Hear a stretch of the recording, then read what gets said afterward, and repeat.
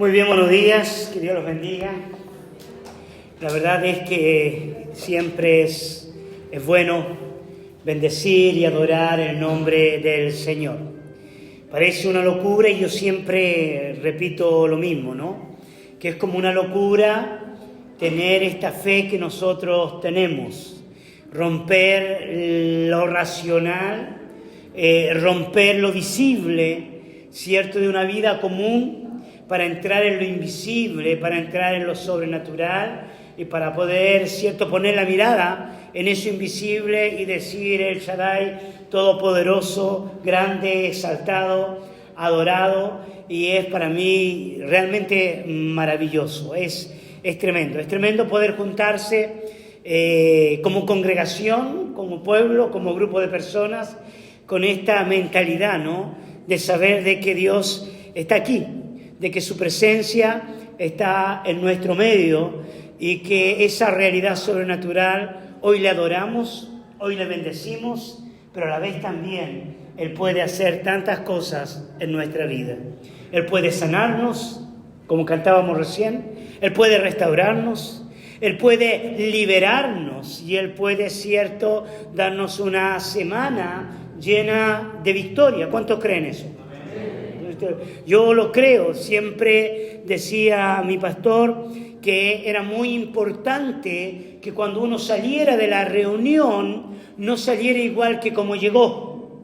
¿Ya? Él era enfático en esto. Un pastor de mi infancia, él decía: cuando usted entre, es importante que cuando usted salga de la reunión no salga tal y como usted llegó. Que algo del Espíritu, que algo del Señor pueda acontecer en su vida, algo en tu mente, algo en tus emociones. ¿Amén? ¿Están dispuestos a eso? ¿Sí? Bueno, quiero que abras tu Biblia ahí en Jeremías, capítulo 31.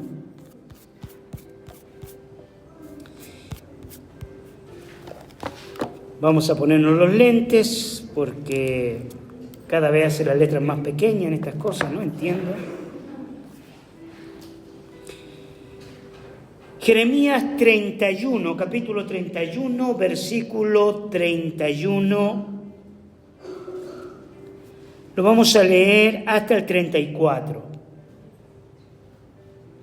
Jeremías, capítulo 31, versículo 31 al 34. Y, cierto, el tema estamos hablando, o hablamos, mejor dicho, sobre pilares, ¿ya? Pilares que nos ayuden, cierto, a sostener una construcción, un edificio. En el caso metafórico estamos hablando de nuestras propias vidas. He aquí, vienen días, dice Jehová, en los cuales haré un nuevo pacto con la casa de Israel y con la casa de Judá. No como el pacto que hice con sus padres, el día que tomé de su mano para sacarlos de la tierra de Egipto, porque ellos invalidaron mi pacto. Aunque fui yo un marido para ellos, dice Jehová, pero este es el pacto que haré con la casa de Israel después de aquellos días, dice Jehová.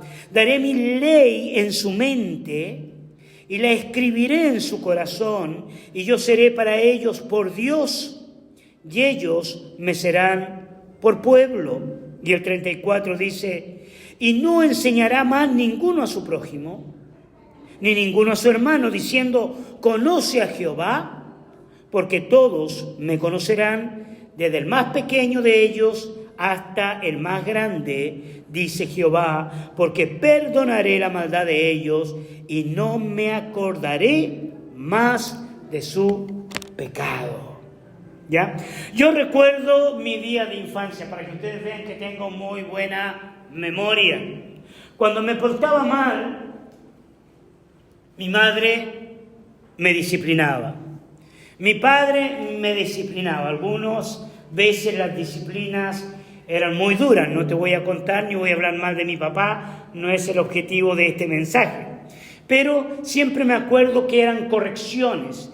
Eran declaraciones como: no tomes eso, no hagas esto, ya, limpia esto, vuelve a hacer esto, no hagas esto, te dije que no lo hicieras, y te dije que no lo hicieras, y cuando ya el tono de la voz subía, ya era zona de riesgo, zona peligrosa, ¿no? Hasta que llegaba el momento en los cuales uno pensaba y decía, el mal ya pasó, ¿no? El peligro ya pasó, hasta que te llegaba el chilenazo, hermano, la chinela así, ¿no? O el latigazo del correazo. En el campo eran más duritos, ¿no? Usaban el rebenque. Y uno como que ahí como que reaccionaba, ¿no? Cuando era niño uno como tendía a reaccionar emocionalmente, lloraba, y cuando uno llegaba a la adolescencia ya no podía llorar, se ponía un poco más rebelde. Quizá esas cosas nunca les pasaron a ustedes, ya, pero a mí me pasaron montones de veces. Pero lo más interesante es cuando parecía que a mi padre o a mi madre les venía así como un toque de arrepentimiento, como una sensación así como, ok, no es suficiente con pegarle, hay que, capaz que fue muy duro, ¿no? Y se te acercaba el papá y tu mamá y te decía, ¿sabes qué? Esto yo te lo digo por tu bien. ¿Te dijeron alguna vez eso? Te dieron duro, ¿no? Uno no entendía mucho, pero te decían, esto te lo digo por tu bien. Y uno piensa, ¿por qué? Por el bien. Cuando uno es jovencito, adolescente, no entiende mucho y no entiende. Y entra en rebelión y vamos ya, viva la independencia. Pero cuando tú te pones más viejo, como que tu retroceso, vuelves a esa etapa y dices, no, mi padre tenía razón. La verdad es que mi viejo, ¿viste? Mi viejo sí me corregía por el bien. Otros no, otros terminaron, no quieren saber nada del viejo, pero no nos vamos a meter en ese tema. Cuando tengamos clase de paternidad podemos meternos en ese tema. Pero quiero detenerme un poquito en esto, ¿no? ¿Cuándo un mandamiento? ¿Cuándo una orden te puede hacer bien? Cuando decíamos el día viernes, ¿cierto? Un mandamiento puede alegrar el alma, o una ley convertir el corazón. ¿En qué momento, cierto, nosotros podemos llegar a pensar que la ley puede ser un factor de consuelo y de esperanza para el alma angustiada? Esto es lo que va a decir el Salmo 119. Ustedes pueden leerlo, son unos cuantos versiculitos, por ahí 170 y algo de versículos, ¿no? Y todo el capítulo, todo el 119 del Salmo, ¿no? Está centrado en cuán hermosa y maravillosa es la ley de Dios. Cuán maravilloso es el mandamiento de Dios. Pero la pregunta sí, viste, a sangre fría, es ¿en qué momento un mandamiento puede ser de bendición? ¿En qué momento una obligación, una demanda puede dar como resultado algo positivo? Que realmente cuando alguien te dice, esto te lo digo por tu bien, esto te lo digo, cierto, para que te vaya bien en la vida. Yo recuerdo que a veces los profesores también les daba como ese saltecito de moralidad y se te acercaban y te decían, esto te lo digo por tu bien. Cuídate, cuida tu salud, cuida de no salir, no te juntes con esa persona. No te juntes, no vayas con esos amigos. No vayas a esa fiesta, no entres a ese lugar. No vuelvas a esa casa, no te juntes con esa amiga. Todo este tipo de consejos en un momento pareciera que no nos hacen bien. Y la gran pregunta es en qué momento nosotros perdimos de vista el entender que la ley de Jehová, que el mandamiento de Dios puede ser de bendición para la vida de una persona. Lamentablemente quizás el legalismo, esto de la obligación sin entendimiento, esto del mandamiento de la verdad obligada, reprimida, impuesta, posiblemente hayan conducido a la persona a mirar la ley y el mandamiento como algo tan negativo. Otro de los elementos que quizás nos llevó a perder el valor de la ley es que tiene que ver, ¿cierto?, con esto de la persona que te obliga, pero no lo vive. ¿Ya? Y Jesucristo mismo le decía a los fariseos, le decía, ustedes atan cargas sobre las personas que ni ustedes mismos pueden llevar. Y ni ustedes mismos quieren llevar. ¿Tá? Un día estoy en la casa de una pastora, siempre cuento esta historia, y estoy conversando con los pastores en un momento muy espiritual, se puede decir, ¿no? Y de pronto pasa la hija, corriendo descalza, hermano. Descalza, era invierno, frío, y pasa corriendo por al lado de nosotros. Y la pastora parece que se olvidó que estaba conmigo, y le grita, no te he dicho que tienes que calzarte porque te vas a enfermar, te vas a engripar. Y la hija la mira, se da vuelta y la mira y le dice, pero mamá, tú haces exactamente lo mismo. La madre le mira y le dice, tú haces lo que yo te digo, no lo que yo hago. Opa. ¿Cuánta gente hay así? ¿Cuántas personas hay así que saben el mandamiento, saben lo que tienen que hacer, pero no lo viven? Yo recuerdo, un día estoy en el hospital, otra historia, ve, continúo. Ya, no sé si les gusta la historia, estaba trabajando en el hospital, ya, era cierto ingeniero en la programación, cierto, del ornato y la belleza del hospital. No, trabajaba como limpiadora, ¿no? Y me recuerdo que un médico, yo le llevé unos papeles al médico, y el médico como que quiso practicar lo que estaba mirando, ¿no? Y me dice, mira, vení. Viste que a veces los médicos no tienen mucho que hacer, vení. Y me muestra, cierto, las placas que él estaba revisando. Era un hospital llamado el Hospital del Tórax, y me dice, mira este. ¿Viste esto que está todo blanco? Me dice, todo eso, el pulmón ya no existe. Todo eso fue comido, me dijo, por el cigarro, por el cáncer. Esta persona, me dijo, tiene pocas probabilidades de vida. Él estaba revisando las placas de algunos pacientes. Y yo me quedé sorprendido y con una sensación de, ok, no hay que fumar. Y de hecho, él mismo me dijo que ese hospital era el hospital principal de los clientes de la compañía de tabaco. Así me dijo. Ahora, ¿qué sucedió?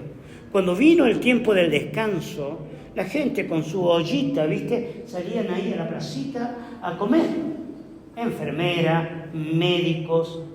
¿Y quién estaba ahí afuera fumando? El doctor. El doctor, el mismo doctor que me había dicho, mira esta placa, mira esto, de esto se está muriendo la gente. Quizás el grave problema de la ley no es la ley. El grave problema, cierto, del mandamiento no es el mandamiento. El grave problema es que hay tantas personas, tanta gente que no sabe, no puede o no quiere vivir el mandamiento, que uno dice, bueno, todos pecan, todos fuman, todos toman, todos son malos. Y yo he descubierto una cosa, que cuando la gente practica algo que no está bien, ¿ya? La sensación que tiene es que todos los demás hacen lo mismo. Que todos los demás son tan malos y tan perversos como es él. Y es un falso sistema de creencia. Déjame hablarte un poquito del contexto de este pasaje. El pueblo de Israel estaba en su decadencia más grande. El pueblo de Israel, cierto, había perdido su visión de Dios. Había caído en una tremenda apostasía. Y quizás con la historia de Jeremías, el pueblo de Israel había tocado fondo. Lo más fondo. Estaban llenos de pecado, llenos de idolatría, lleno de perversión, mentir, robar, adulterar, dice Jeremías capítulo 7, era lo que ellos estaban habituados a hacer. Y en medio de toda esa crisis, ¿cierto?, Dios levanta al profeta Jeremías, juicio tras juicio. Juicio viene sobre la casa de Israel, juicio viene, ¿cierto?, sobre este templo, porque lo han convertido en cueva de ladrones. Y todo eso trae desesperanza, trae tristeza, trae amargura. Y en medio de toda esa desesperanza, viene esta voz profética que Dios le da a Jeremías. Y le dice, mira, vienen días en que yo voy a establecer un nuevo pacto. O sea, la historia va a cambiar. La historia ahora va a ser distinta, porque este pacto que yo voy a hacer con ellos no va a ser como el pacto que yo hice con sus padres en Egipto, ¿se acuerdan? No, perdón, en el desierto, en el monte Sinaí.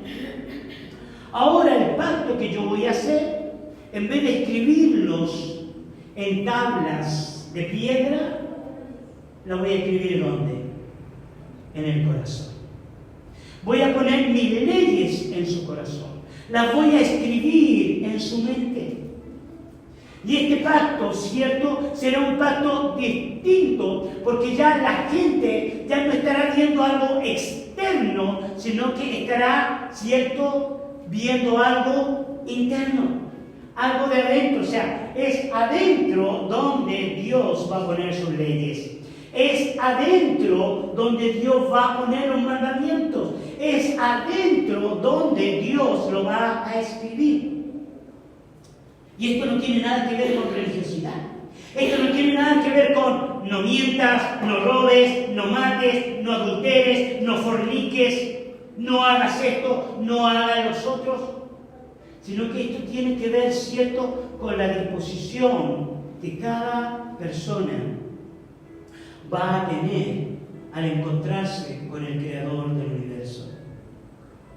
Que cuando las personas se encuentren con el Creador, ya no van a tener que estar mirando algo externo, sino que ese encuentro será tan poderoso, tan maravilloso, que Dios mismo, a través de su Espíritu, haría habitar principios y valores en la vida de las personas.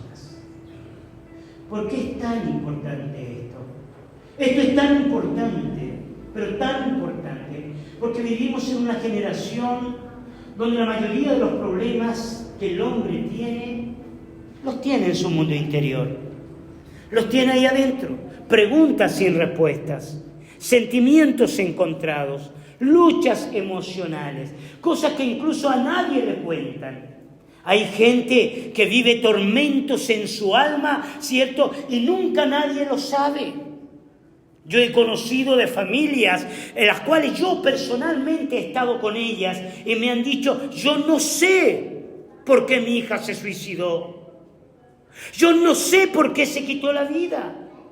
Era una joven feliz, era una joven con proyección. Ella llegaba de la facultad cada día y se veía plena. Pero un día, su hermana de 15 años entró a su pieza y la encontró ahorcada.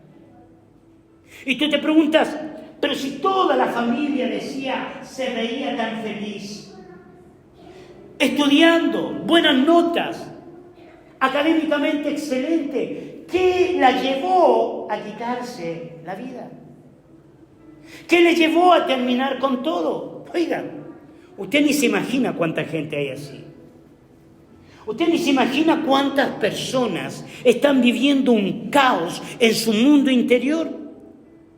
Hay padres que no tienen idea lo que viven sus hijos, porque está ahí adentro. Hay personas que se han transformado en expertos artistas para vivir externamente delante del público, ¿cierto?, una imagen, pero interiormente viven un caos, desesperanza, crisis. Si a eso le añadimos, ¿cierto?, las dificultades de la vida, ahí está el empresario, que por querer resolver, ¿cierto?, su crisis de deuda, se va endeudando, y llega un momento donde ha cavado un pozo tan hondo, que no puede salir de él. Tenía la esperanza que en algún momento, ¿cierto?, pidiendo un préstamo, sacando otro, poniendo por aquí, iba a terminar con todo su conflicto. Un día me encontré con un conocido, casi amigo, en una plaza, no un empresario, venía saliendo de la cárcel, ¿no? ¿Y por qué venía saliendo de la cárcel? Porque sencillamente ya era tanto la crisis que en aquella época eran los cheques, ¿no? Daba cheques sin fondo con la esperanza de que a fin de mes iba a cubrir el cheque, pero el cheque quedaba sin fondo. Y a quien se lo había entregado lo terminaban demandando. O aquella chiquilina que llega a su casa llorando, se encierra en su cuarto sin que nadie sepa, en una depresión terrible. ¿Por qué? Porque acaba de terminar con su pareja, con su novio, con su amor. Hasta se había tatuado, esto es parte de mi imaginación, no es que sucedió, pero por ahí puede haber alguien. Hasta se tatuó el nombre del tipo, hermano. Tito. No sé. Se tatuó, viste que hay algunos que se tatúan el nombre porque tenía la expectativa, la enorme expectativa, la convicción, la seguridad emocional que ese amor iba a ser para toda la vida, hasta que la muerte los separara. Sin embargo, ahora rompió y ya tiene el nombre de Tito por acá, el de Pedro por acá, el de Luis por esto. No, estoy bromeando, pero llega un momento donde la persona cava un pozo tan hondo, que ya no sabe cómo resolver su conflicto, ya no sabe cómo resolver su crisis. Su mente navega en las profundidades de la desesperanza. Y por eso muchos detonan, pierden su identidad, pierden su carácter, se traicionan a sí mismos, se engañan a sí mismos. Y una de las cosas que podemos descubrir, que las leyes externas, los mandamientos externos, por más buenos que sean, no logran transformar la vida de la gente. Por más que mi papá me decía, no tomes, no te juntes con esos amigos, no salgas para allá. No sé si le pasó a usted, capaz que yo soy el único pecador aquí. Pero por más que mi papá me aconsejaba buenas cosas, yo no seguí el consejo de mi papá. No lo seguí. Y créame, hay un montón de personas que conocen la verdad, que conocen el mandamiento, que saben lo que tienen que hacer, lo saben, mentalmente lo saben, pero algo ahí adentro les lleva a exclamar como el apóstol Pablo, queriendo hacer yo lo bueno, hay una ley en mi miembro que me lleva al pecado. Sé lo que tengo que hacer, sé cómo lo tengo que hacer. Entonces, la brillante idea que Dios le entrega a Jeremías, la palabra profética, en medio de todo ese caos que había en Jerusalén, porque Jerusalén iba a ser destruido, el templo iba a ser destruido, ¿me entiende? La nación sería llevada a la cautividad. Dios tiene el hermoso y maravilloso plan de redención, que tendría ahora que ver con algo más personal, con algo más íntimo. Y la idea central del corazón de Dios es precisamente un cambio de corazón. Es un cambio interno. Mira, quiero que veamos Ezequiel. Ezequiel, capítulo 36, versículos 26 y 27. ¿Siguen conmigo? ¿Sí?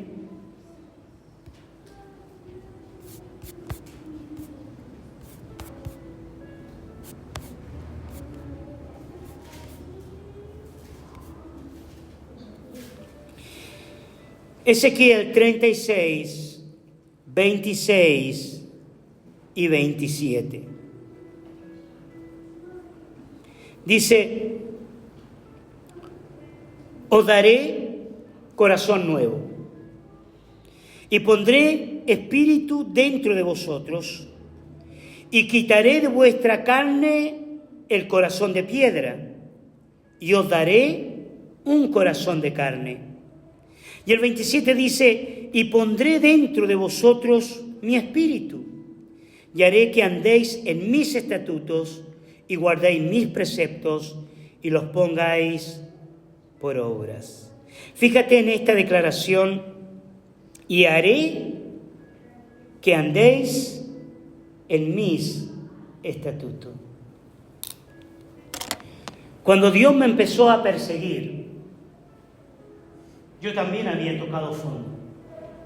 Estaba en una depresión tremenda, mis padres separados, mi hermana separada de mi cuñado, la casa se nos había caído, yo vivía solo, mi familia alquilaba a otro lugar y estaba consumido por una guerra y lucha interior sin precedentes. No sabía cómo resolver esa crisis en mi alma.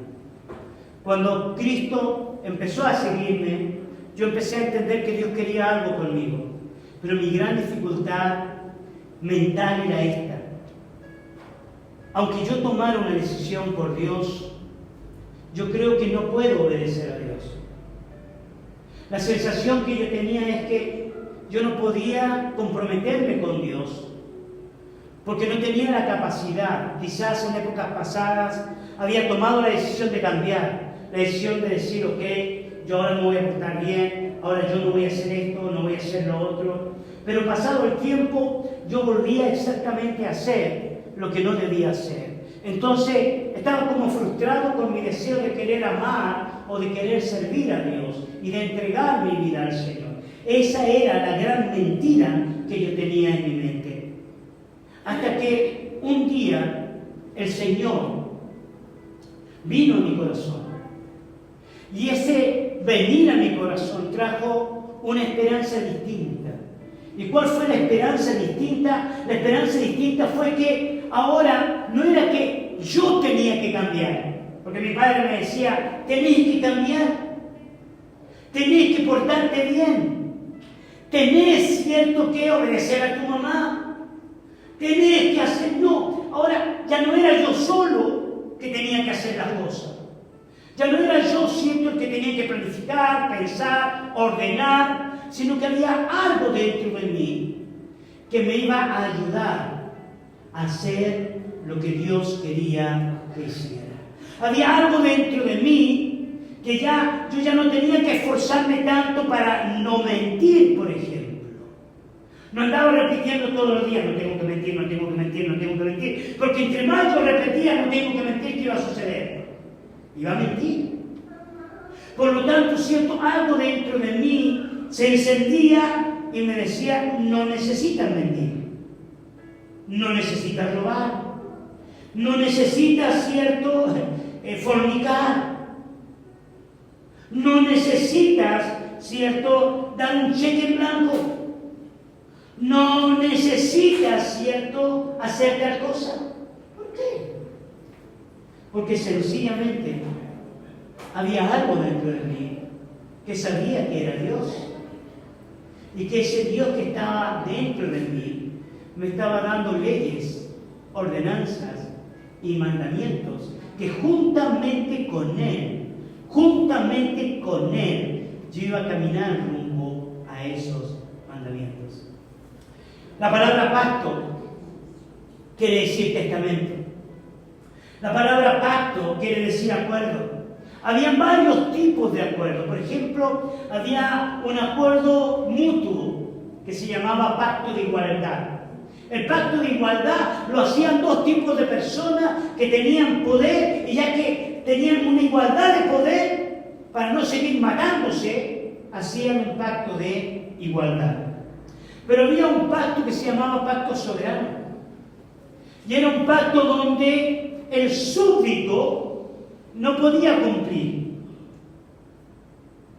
No podía cumplir porque era súbdito, era inferior. Pero el soberano, por sí mismo, se comprometía a cumplir ciertas reglas. Por sí mismo se comprometía, ¿cierto?, a amar, a perdonar, a dar oportunidades, a enseñar, a corregir, a redarguir. Y lo que Dios hizo en este nuevo pacto no fue quitar las leyes del Antiguo Testamento. Y lo dijimos el viernes. Él no vino a abrogar la ley. Él vino a cumplir la ley. Y es curioso que este pasaje de Jeremías, que yo acabo de leer, también está en el libro de Hebreos, 2 veces. En el capítulo 8 y en el capítulo 10, como dando un énfasis fuerte a este nuevo pacto. Pero una de las cosas que descubrí es que cuando hablamos del nuevo pacto, no hablamos de cambio de leyes.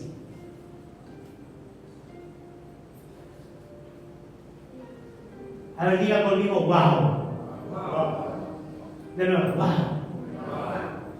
Cuando hablamos del nuevo pacto, no hablamos de cambio de leyes, ni tampoco hablamos de anulación de leyes. Lo que sí dice el texto bíblico, pondré, ¿qué cosa? Mis leyes, ¿dónde? En el corazón. Eso lo leyeron ustedes recién. Voy a poner mis leyes en el corazón. No dice, yo voy a cambiar las leyes.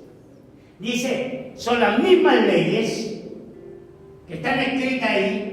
¿Ya? Yo soy Jehová tu Dios, que te saqué de la tierra de Egipto, de casa de servidumbre. No tendrás dioses ajenos delante de mí, no te inclinarás delante de ellos, ni las honrarás, porque yo soy Jehová tu Dios, fuerte y celoso, que visito la maldad de los padres sobre los hijos hasta la tercera y cuarta generación de los que me aborrecen, y hago misericordia a millares.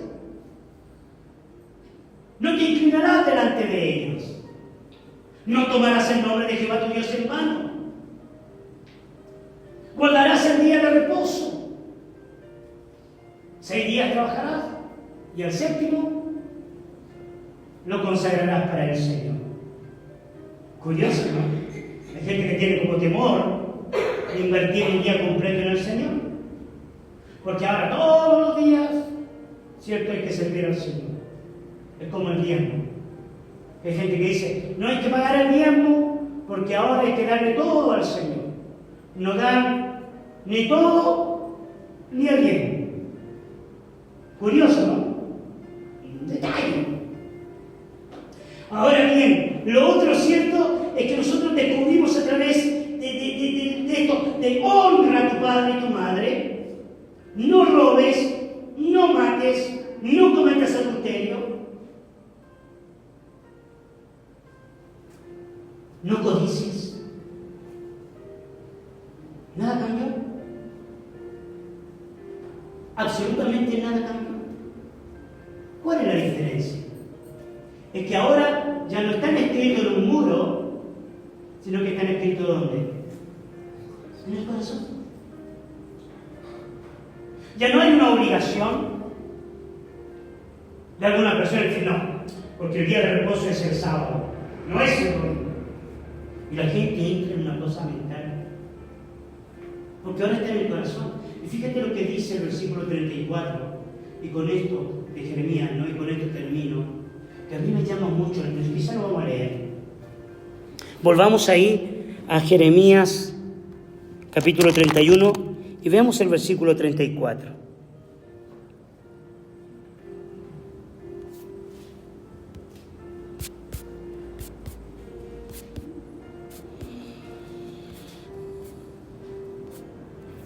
A mí me llaman, obsérvalo, míralo, detente.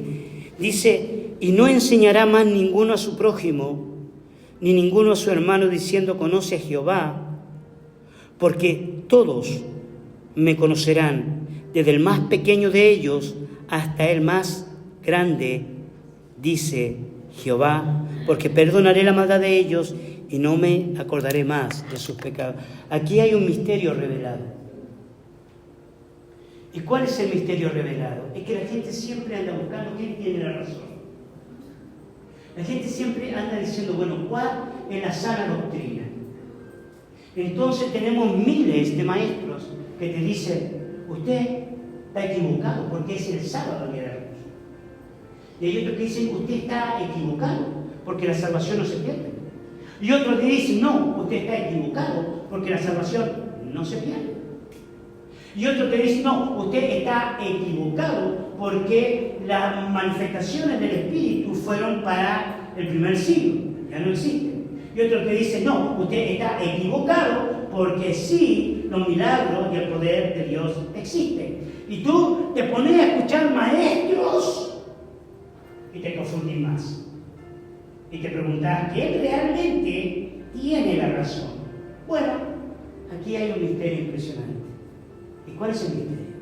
El misterio está en que Dios pondría sus leyes en tu corazón y las escribiría ¿dónde? En tu mente.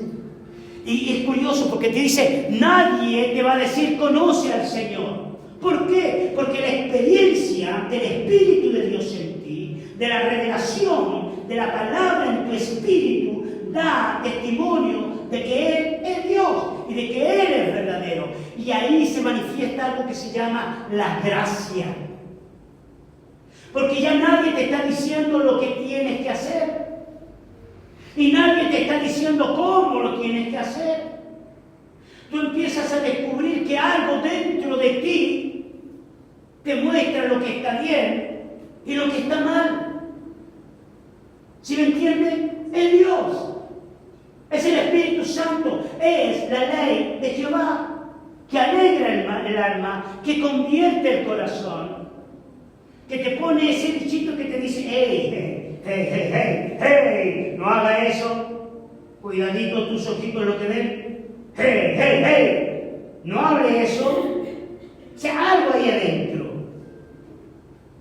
algo ahí, que no te produce atadura, no te produce carga, no te produce peso, no te produce religiosidad, sino que te hace vivir el cristianismo.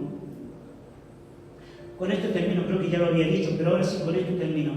Hace unos años atrás tuve un personal, fue estudiante primero, y después él trabajó conmigo en Chile, y después vino en la parte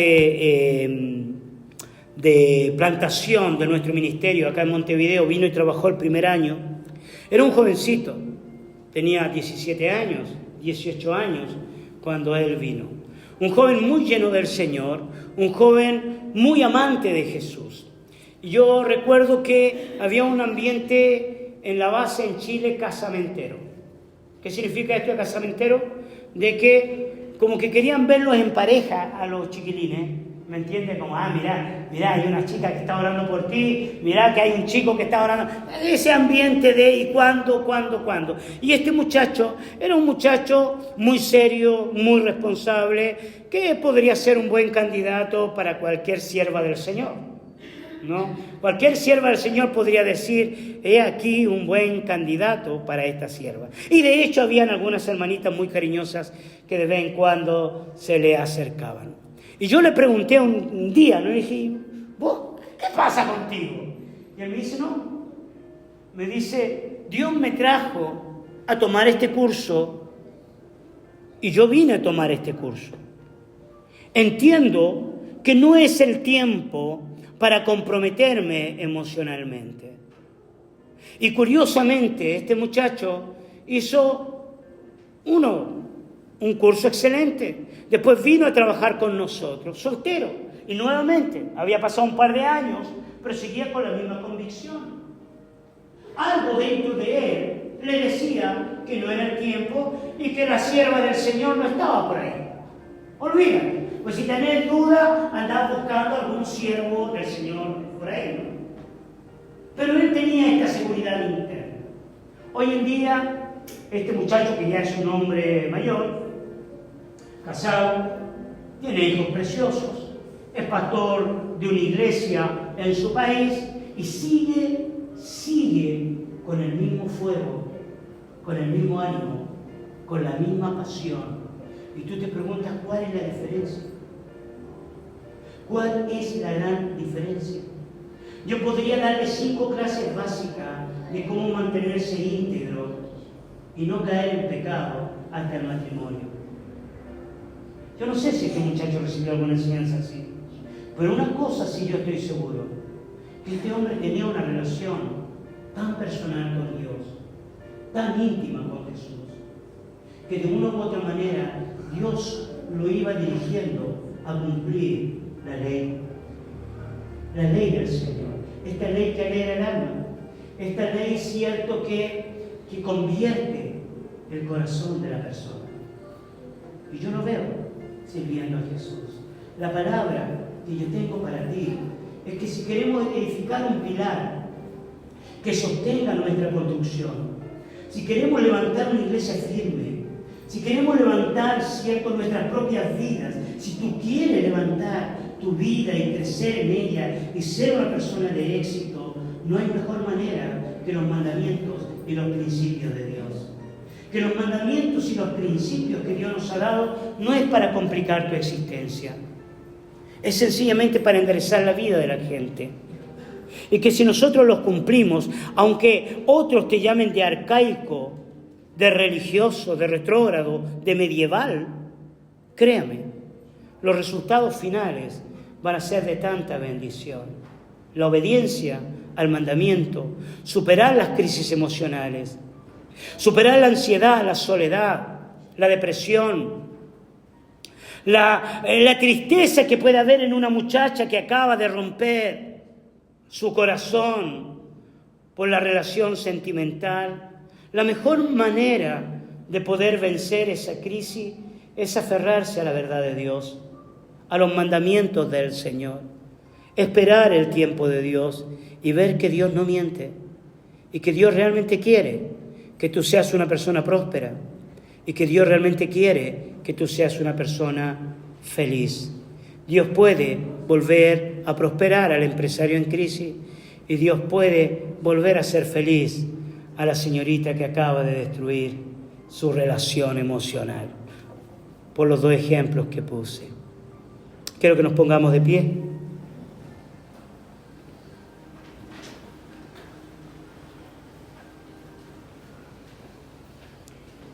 Dios ha hecho un pacto con nosotros. Y este pacto está basado en la realidad que nosotros no podemos cumplir por nosotros mismos. No podemos no mentir por nosotros mismos. No podemos no engañar por nosotros mismos y no autoengañarnos por nosotros mismos. No podemos. No podemos decir yo a partir de mañana voy a ser una persona más buena, mejor, como algunos políticos en este país nos están diciendo. Si usted vota por mí, a partir de mañana la historia en Montevideo va a cambiar. Tengo el temor, el gran temor, que a partir de mañana la cosa va a seguir siendo igual. Va a llegar al basurero y va a ver que está lleno, ¿no? Y no solamente que está lleno, sino que está todo por alrededor. Quizá en estos días previos a las elecciones lo limpiaron, como alguien me dijo por ahí. Quizás sea por las elecciones nomás. Dios quiere poner leyes que verdaderamente transformen. Si tu vida transforma, la historia puede cambiar. Cierra tus ojos. Dale gracias a Jesús.